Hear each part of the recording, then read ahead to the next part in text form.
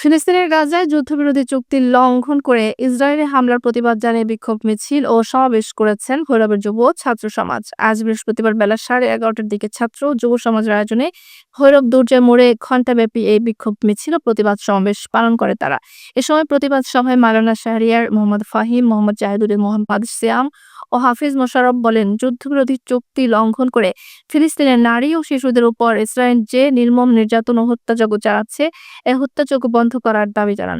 পাশাপাশি বাংলাদেশের জনগণকে ইসরায়েলি পণ্য বর্জনের অনুরোধ জানান। এছাড়া তারা তীব্র নিন্দা ও প্রতিবাদ জানায় এবং সবাইকে এক হয়ে স্বাধীন ফিলিস্তিনের ডাক দেন। আমরা স্বাধীন ফিলিস্তিনের জন্য জীবন দিতে প্রস্তুত।